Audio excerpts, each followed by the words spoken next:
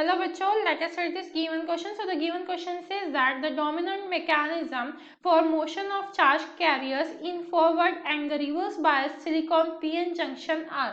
तो देखिए यहाँ पे हमें एक कंसेप्ट समझना है। फॉरवर्ड बायस में जब भी हमारा पीएन जंक्शन डायोड रहता है तब क्या होता है, जो पी साइड रहता है वो किससे कनेक्टेड रहता है, positive terminal of the battery, और एन साइड किससे कनेक्टेड रहता है, negative terminal of the battery से, राइट। तो इस वजह से क्या होते हैं, जो इलेक्ट्रॉन्स रहते हैं जो कहाँ पे प्रेजेंट है, एन साइड में प्रेजेंट है, राइट। तो जो इलेक्ट्रॉन्स एन साइड में प्रेजेंट है एंड जो हमारे होल्स प्रेजेंट है कहाँ पे, पी साइड में, फ्रॉम पी साइड, ठीक है। तो वो क्या होते हैं, push towards the junction, pushes towards the junction.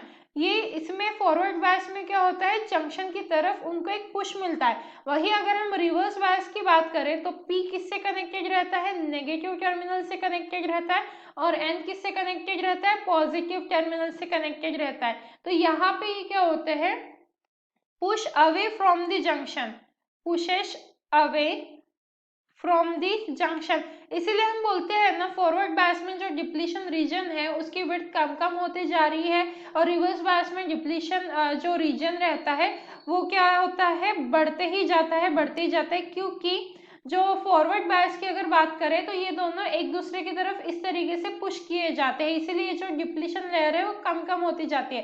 And इसमें रिवर्स बायस में ये अवे फ्रॉम द जंक्शन, ये अगर जंक्शन है तो यहाँ से दूर ढकेले जाते हैं।